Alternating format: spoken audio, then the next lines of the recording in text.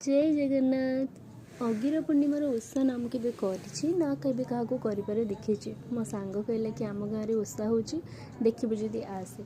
मु जाइए पहुँचला बेलू से छुआ मैंने मिसिक माटी खोलुले एमती दुटा सेप देते आठी झोटी पकईले।